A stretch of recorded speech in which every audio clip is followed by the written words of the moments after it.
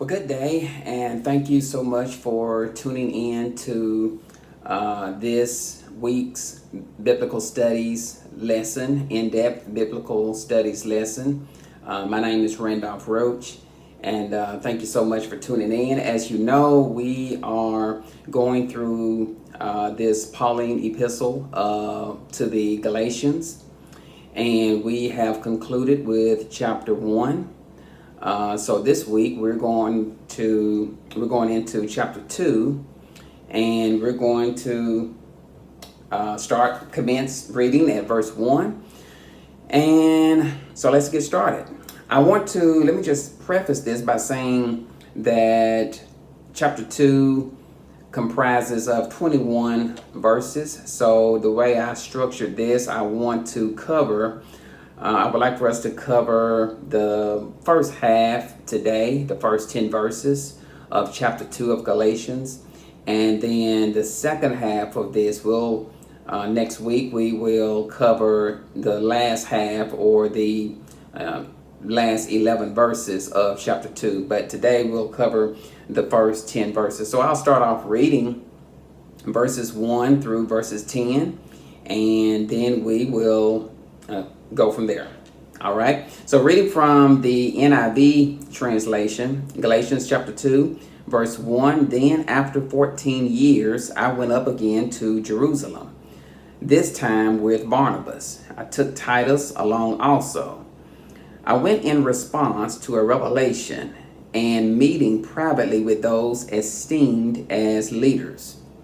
I presented to them the gospel that I preach among the Gentiles. I wanted to be sure I was not running and had not been running my race in vain. Yet, not even Titus, who was with me, was compelled to be circumcised, even though he was a Greek. This matter arose because some false believers had infiltrated our ranks to spy on the freedom we have in Christ Jesus, and to make us slaves. We did not give in to them for a moment, so that the truth of the gospel might be preserved for you. As for those who were held in high esteem, whatever they were makes no difference to me. God does not show favoritism. They added nothing to my message. On the contrary, verse 7, they recognized that I had been entrusted with the task of preaching the gospel to the uncircumcised, just as Peter had been to the circumcised. For God, who was at work in Peter as an apostle to the circumcised, was also at work in me as an apostle to the Gentiles. Verse 9, James, Cephas, and John, those esteemed as pillars, gave me and Barnabas the right hand of fellowship when they recognized the grace given to me. They agreed that we should go to the Gentiles, and they to the circumcised. And finally, verse 10, all they asked was that we should continue to remember the poor, the very thing I had been eager to do all along. All right, so that's the first 10 verses here of Galatians chapter 2. And so starting off, again, verse 1, then after 14 years, I went up again to Jerusalem, this time with Barnabas. Let me just pause right there. After 14 years. Now, scholars, as I did a little research here, the scholars are pretty much divided as it relates to this 14 years. However, many scholars believe that this 14 years that Paul is alluding to possibly begins from Paul's conversion on the road to Damascus, which of course is recorded in the book of Acts chapter 9. So 14 years from his conversion on the road to Damascus. However, Paul states then after 14 years. So it's after those 14 years he goes up to Jerusalem again, and that time he takes Barnabas with him. Now, let me just state parenthetically here that, as I've stated before in the past, even with chapter 1, that the book of Acts, given to us as the Holy Spirit inspired Luke to record for us, the book of Acts serves very well as the context for this epistle of Galatians. And as I stated before, not only Galatians, but really any of Paul's epistles, any of Paul's letters, the book of Acts would serve very well as the background, if you will. So what I'm saying is, for those, for anyone actually who is listening to this, but particularly those of you ministers and pastors, if you do not already know, the book of Acts should be,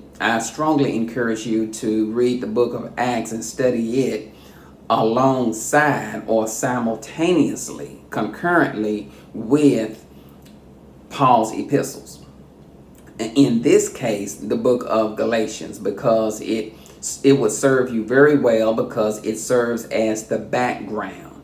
It serves as the context. You will better understand the background from whence Paul is writing this epistle. Okay, and so in this case, this 14 years, there again, starts with his conversion, recorded in Acts chapter 9, starts with his conversion, most scholars believe, which is on the road to Damascus, and starts there. But yet, verse 1 says, then after 14 years, so it's after those 14 years, Paul goes up again to Jerusalem along with Barnabas. Now, scholars also agree, or it seems that the consensus is that this particular trip to Jerusalem is actually the Jerusalem Council that is recorded in Acts chapter 15. There are other instances where Paul goes to Jerusalem. And some of that is actually in chapter 11, verses 28 through 30. Okay. And as well as I've stated, chapter 15, verses 1 through verses 2. Now, I won't read all through that, but let me just read just a portion of Acts chapter 15, verses 1 and verse 2, so you can better understand what I'm talking about. Because right now you may say, well, what exactly is Randolph talking about? What is Roach talking about? So Acts chapter 15, verses 1 and verses 2. Again, this is known as the Jerusalem Council. Certain people, reading from the NIV, certain people came down from Judea to Antioch and were teaching the believers. And listen to what they were teaching. Unless you are circumcised according to the custom taught by Moses, you cannot be saved. Okay, so I want you to understand that these are Jewish Christians from Judea, and they came down teaching this. What were they teaching? They were teaching that unless you are circumcised, verse 1 of chapter 15 of Acts, according to the custom taught by Moses, you cannot be saved. Verse 2, this brought Paul and Barnabas into sharp dispute and debate with them. So Paul and Barnabas were appointed, along with some other believers, to go up to Jerusalem to see the apostles and elders about this question. Okay, so there was a sharp dispute, a debate over this matter regarding these Christians, these new believers. And these Jewish Christian teachers, if you will, came down teaching that to these Gentile believers, that if you really want to be a Christian, if you really want to follow after Christ, you have to be circumcised and you have to adhere to the law of Moses. And there was a sharp debate between them and Paul, because that's not what Paul was teaching. In essence, that was actually the very opposite of what Paul was teaching. Paul was teaching that you do not have to be circumcised in order to be saved. Okay, so it was a sharp debate. Paul and Barnabas is sent to Jerusalem, and I won't read the rest of chapter 15 of Acts, of course, because that's not our lesson. However, if you have time, go back and read that. It's very, very interesting. But now you can see why the misunderstanding and why Paul actually goes back to Jerusalem with Barnabas. And this is what Paul alludes to here in Galatians chapter 2. This is why he says, then after 14 years, I went up again to Jerusalem. And this time he takes Barnabas with him because he's dealing with this matter, and he's dealing with it. Actually, he's dealing with it now. Again, it's alluding to Acts chapter 15. And that's what his opponents here in these. This is why Paul was so upset with these Galatian Christians, because these Jewish Christian leaders had infiltrated, had come into the churches, and that's what they were teaching these Galatians, that they had to be circumcised and they had to adhere to the law of Moses in order to be saved. And that's the exact opposite of what Paul had been teaching. And so this is why he was so upset. That is Paul. So you can see this and the whole context here. I want you to remember the context, that from chapter 1 as we go into chapter 2, that the context here, Paul is defending his apostleship, because it's to the point where some of them began to have doubts about Paul's apostleship. And possibly they had doubts because of Paul's opponents, because of these people who had come in teaching this separate doctrine. But so Paul is sending this letter to them, and he's defending his apostleship as well as the gospel that he's preaching. He's defending it. And so he's giving his testimony here.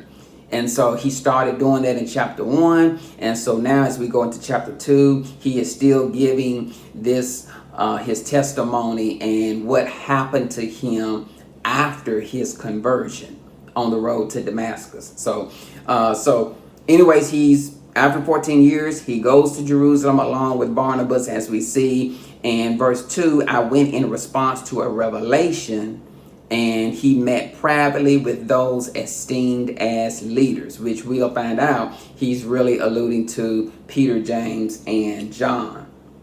And so there you have it. Now, something else I wanted to point out here is that in verse 2, it says, I went in response to a revelation and meeting privately with those esteemed as leaders. I presented to them the gospel that I preach among the Gentiles. As we know, Paul was sent to the Gentiles, to those uncircumcised. Here's the interesting thing. Let's go back just for a minute. I want to go back to Acts chapter 13. Okay, I want to go back to Acts. I want to go to Acts chapter 13 and verse 9. Something that I just kind of want to bring out parenthetically here. Acts chapter 13 and verse 9, again from the NIV. Very interesting. It says, then Saul, who was also called Paul. And I'll pause right there. then Saul, who was also called Paul. Now, in the New American Standard Translation, this is how it reads. Acts chapter 13 and verse 9, it says, but Saul, who was also known as Paul. But Saul, who was also known as Paul. What is my point? What am I getting at right here? Well, what I'm getting at is that here, Acts chapter 13 and verse 9 is actually the very first time that the word Paul, or his name, Paul, quote unquote, Paul, is being used. Prior to chapter 13, verse 9, he was known as Saul. Okay?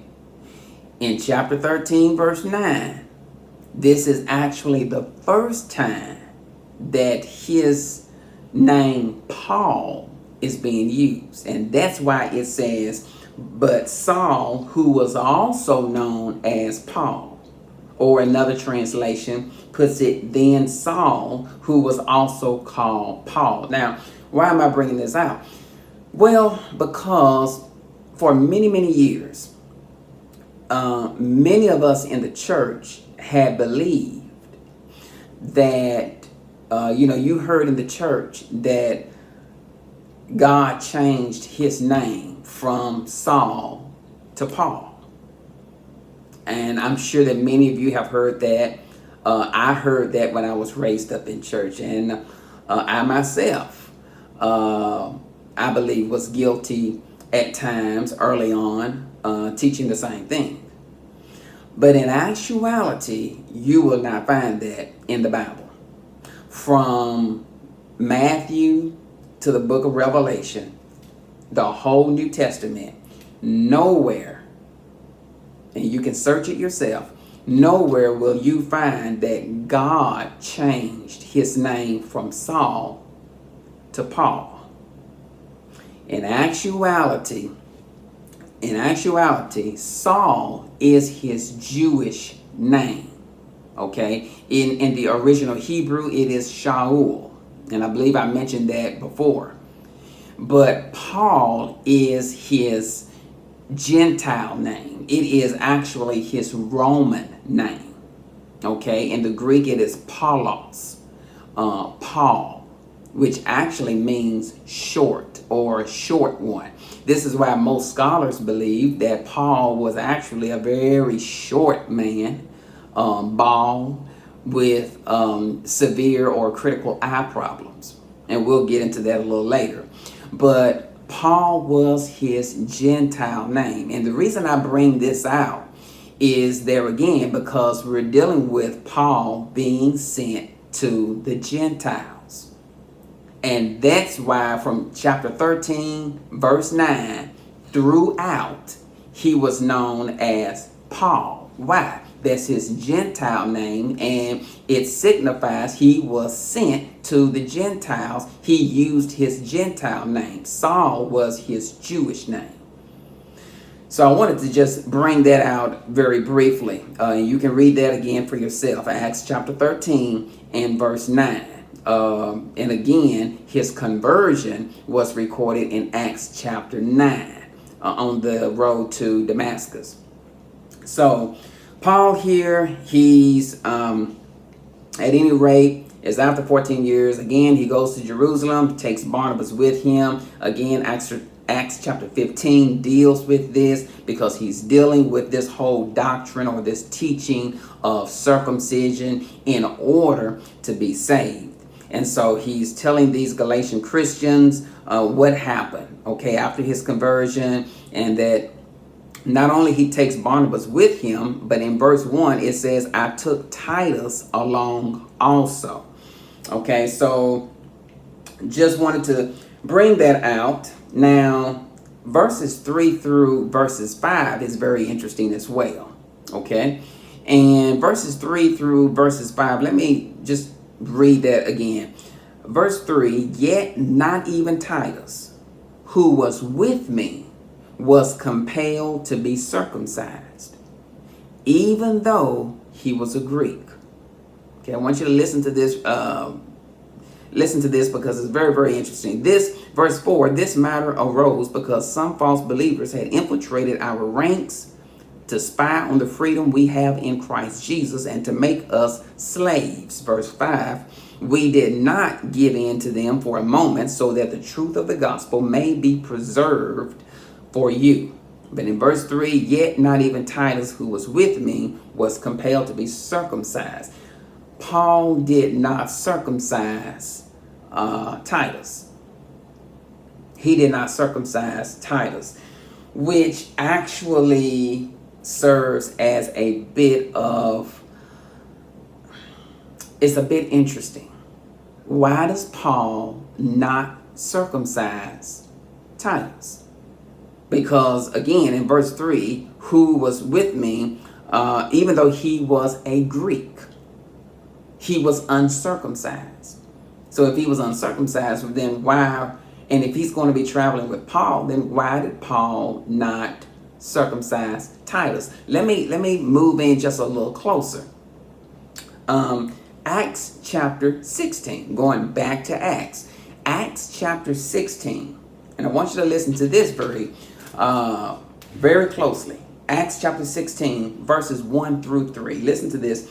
Reading from the New King James translation, it says, then he, Paul, came to Derbe and Lystra, and behold, a certain disciple was there named Timothy, the son of a certain Jewish woman who believed, but his father was Greek.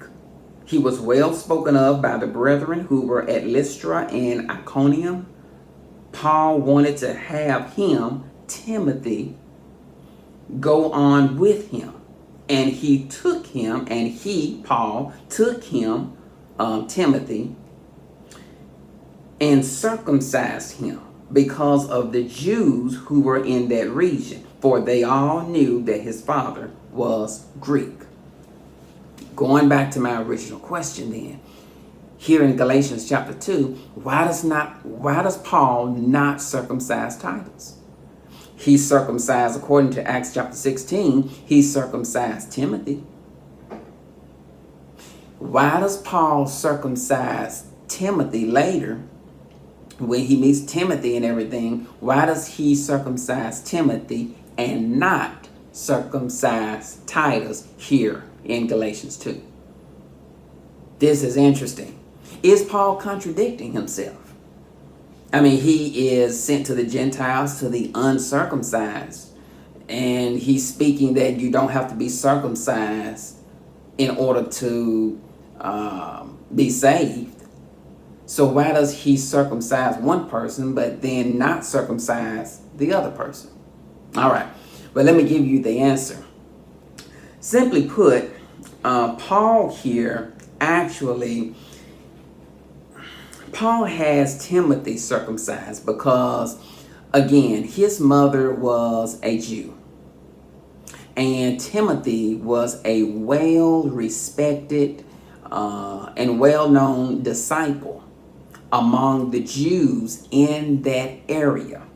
Okay? He was a well-respected disciple among many of the Jews in that area. What area is that? That was the Galatian area, the cities of Lystra and Iconium. All of those were cities in Galatia. Okay, so when we talk about the churches in Galatia or the Galatian churches, those were some of the cities: Lystra, Derbe, Iconium, and again, you can read all of that in Acts chapter 13, because that was Paul's first missionary journey.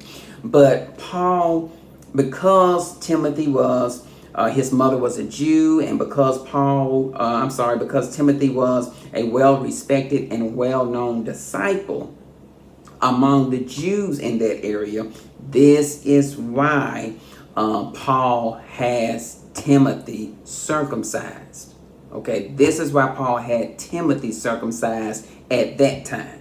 Okay, but had Paul circumcised Titus here in Galatians 2, had he circumcised Titus, then that would give a message to all the Gentiles that yes, it is mandatory and required then that we be circumcised in order to be saved.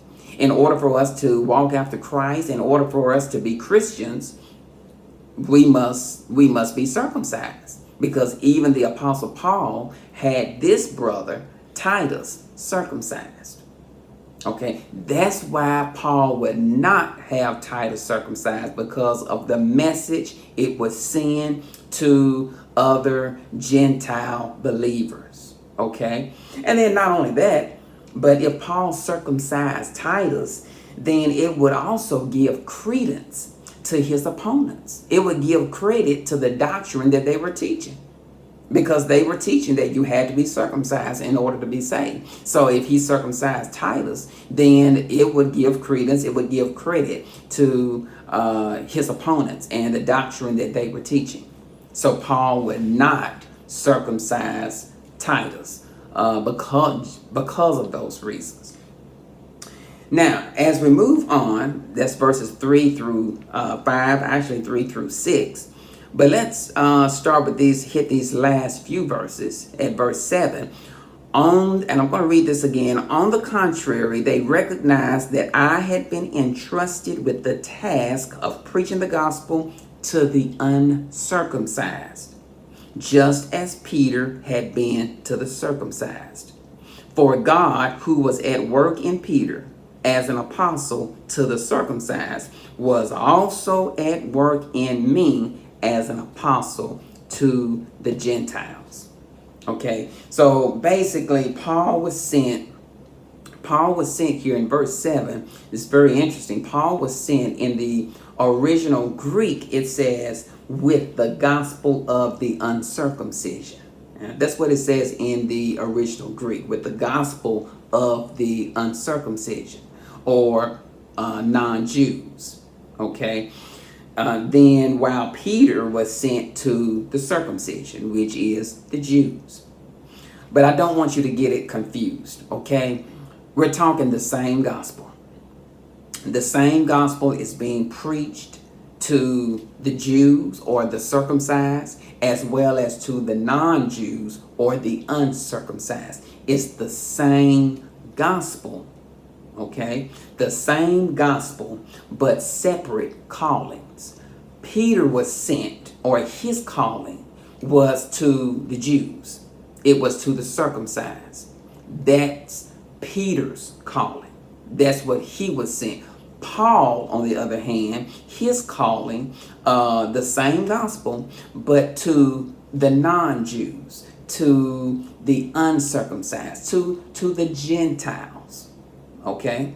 And that's basically all the other nations, all the other people besides the Jews. That's who Paul was sent to. That's his calling. So the same gospel, but separate callings. Let me just pause here for those of you that are listening. And this speaks to us today.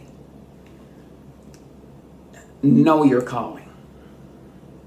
I cannot emphasize that enough. I cannot reiterate that enough. Know your calling. Everyone do not have the same calling.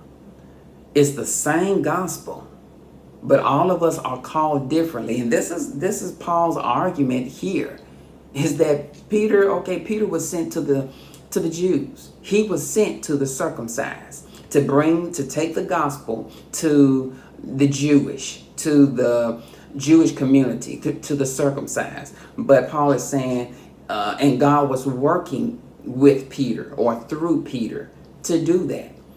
But Paul is saying, but for me, that same God is working in me with the same gospel, but to a different people and to different areas. I'm sent to the uncircumcised, to the Gentiles. Know your calling, whoever you are, particularly ministers and pastors, but even if you're not, know your calling. Know what you have been called to do. Know who you have been called or sent to. Okay, and I think that's very, just saying that parenthetically, but I think that's important. I think that's important for us to understand that. All of us are preaching the same gospel, but all of us have different callings there again. Um, Everyone do not supposed to do the same thing. Everyone is not to be a missionary. You know, everyone is not to be a pastor. You know, even though even though we like to look at pastoralship, for instance, we like to look at that almost as the apex or the zenith. You know, the height of ministry. You know, oh, you're pastoring now, but please understand, people of God, that we everyone that God has called to preach, He did not necessarily intend to pastor. And this is why, as I heard another well-known preacher say it, this is why we have so many in pastoral positions without a pastoral anointing.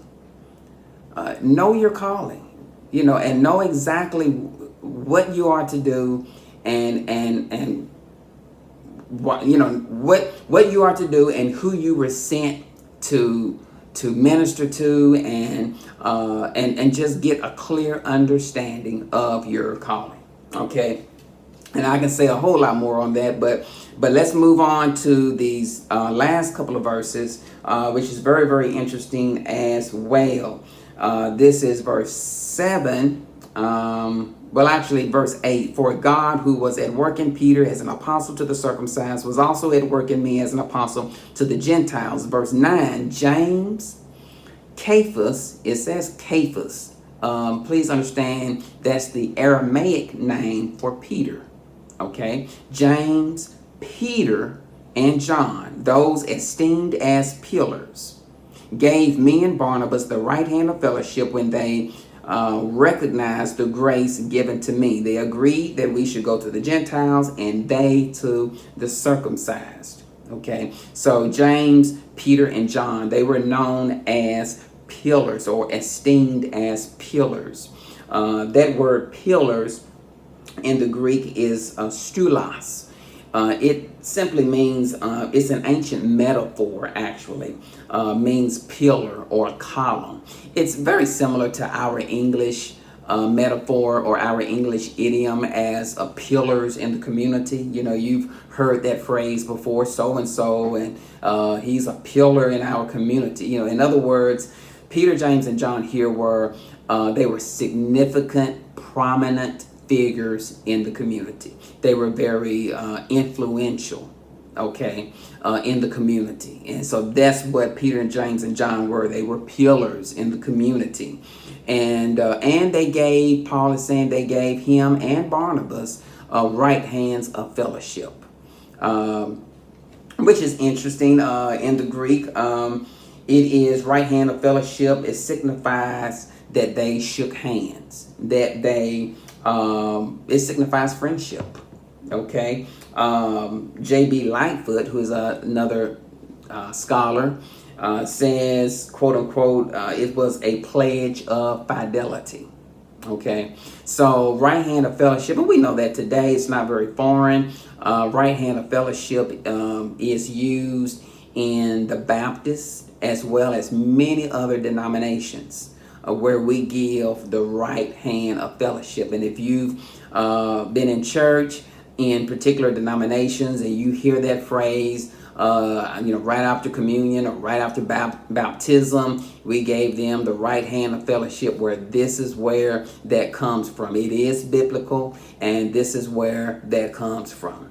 Gave them the right hand of fellowship and send them to the uncircumcised, while Peter, James, and John ministers to the circumcised. And then, of course, verse 10, finally, it says, all they asked was that we should continue to remember the poor, the very thing I had been eager to do all along, is what Paul says, is to remember the poor, to remember, if you will, to be missionary, if you will, to benefit and to help the poor in the communities as they minister the gospel to them.